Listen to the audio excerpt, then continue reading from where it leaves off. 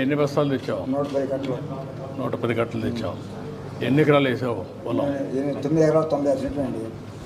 9 ఎకరాల మొత్తం తోలేశాను. ఇప్పుడు లాస్ట్ కుప్ప నూరు బిడ్డ వడ్లు ఆ ఫస్ట్లో తోలేశాను. 20 తారీఖు పోసాను, 28 తారీఖు తోలేశాను. ఇప్పుడు ఎంతవరకు తోలేవు? ఇప్పటికి ఏమండి ఎంతవరకు ఇచ్చావు? ఇప్పుడు 110 కట్టలు. ఇప్పుడు ఈరోజు ముందు ఎన్ని కట్టలు? అంతకుముందు 400 కట్టల దగ్గర తోలామండి. 400 ఎకరానికి 35 బస్తాలు కడిగాయి. 35 బస్తాలు. 35 బస్తాలు కడిగాయి. మామూలుగా ఎంత వచ్చేది? ఇదివరకు అంటే 30 లోపు అయ్యండి. 28, 25 అయ్యాయి. మా కోత మిషన్ ఖర్చు కూడా ఎక్కువ అయ్యేది. ఎకరానికి 2 గంటలు పట్టేది. 7 గంటతో అయిపోయింది. చేలు నిలబడి ఉండే పంట కూడా నీరడు మీద ఎక్కువ. నీరడు 25, 28, 30 లోపు అయింది. ఇప్పుడు 35, 36 కూడా ఉంది కొంతమందికి. నాకు 35 అయింది యావరేజ్ మీద. యావరేజ్ 35 వచ్చింది. 35. మెషిన్ వల్ల ఎంత లాభం వచ్చింది? మిషన్ వల్ల గంట 2 గంటలు కోసిందండి నీరుడు పడిపోతే. ఇప్పుడు గంట కోసింది, గంటకి 3000.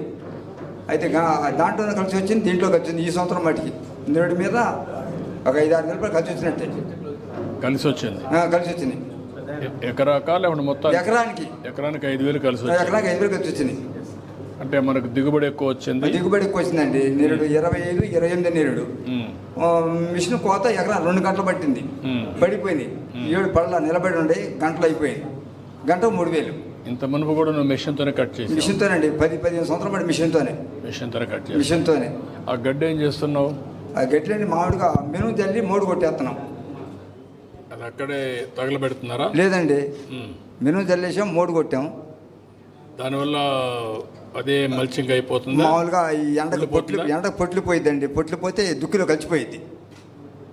మామూలుగా చెనుకు బలం కూడా. ఇప్పుడు దానివల్ల మీకు లాభమా లేకపోతే అది వేరే వాళ్ళు తీసుకుంటే ఇస్తారా? మీరు వేరే వాళ్ళు తీసుకోరా? 5,000 వస్తుంది, అప్పుడు చేయగలుగుతారా? ఇప్పుడు ఇక్కడ తీసుకోవట్లేదండి. ఇక్కడ లేదు. ఇప్పుడు ఒకవేళ కానీ బయోఫ్యూయల్ ప్లాంట్ వస్తే ఒక 5 ఎకరాకు 5,000 అదనంగా వస్తుంది.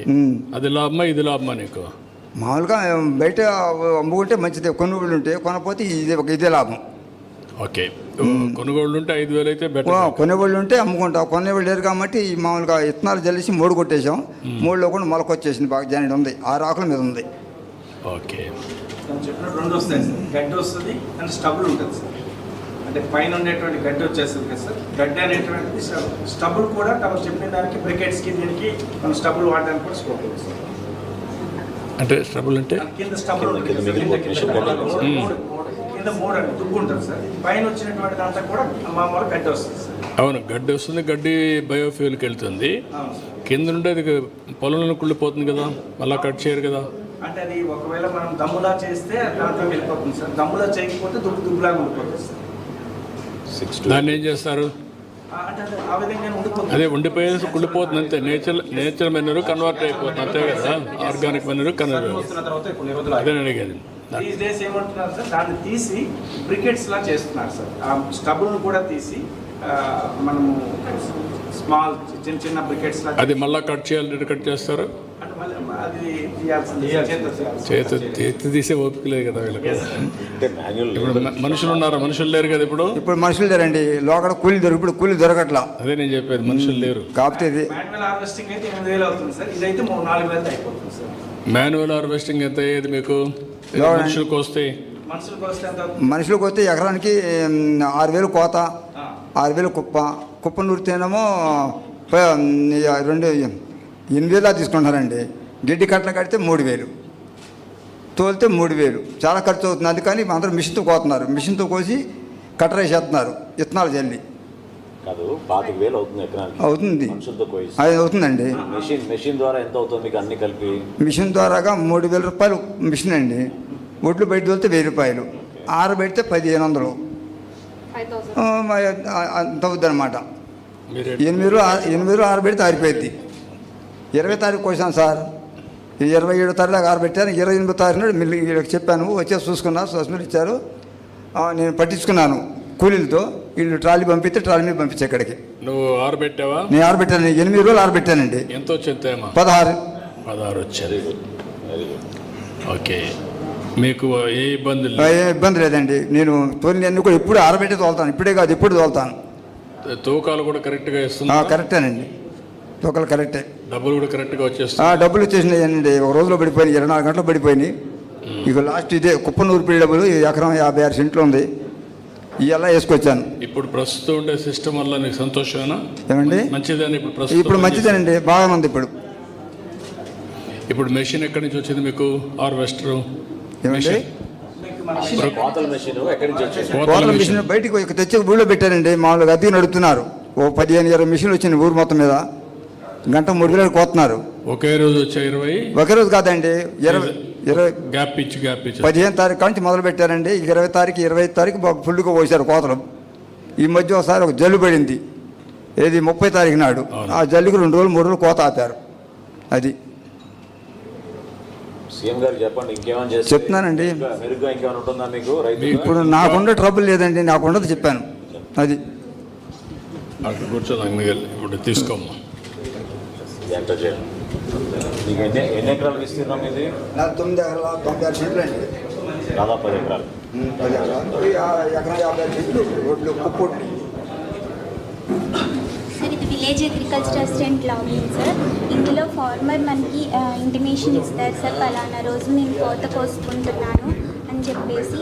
అప్పుడు మేము ఏం చేస్తామంటే వాళ్ళు కోత కోసాక సారుల కింద కోస్తారు సార్. ఆ తర్వాత మేము వాళ్ళకి ఇన్ని బ్యాగ్స్ అవుతాయి అని చెప్పేసి ఉజ్జాయింపుగా ప్రొక్యూర్మెంట్ షెడ్యూలింగ్ ఇస్తాం సార్. ఇక్కడ రిజిస్ట్రేషన్ ప్రొక్యూర్మెంట్ షెడ్యూలింగ్ అని ఉంటుంది సార్. ఇక్కడ ఫార్మర్ ఆధార్ నెంబర్ ఎంటర్ చేస్తాం సార్. Aadhaar enter sir.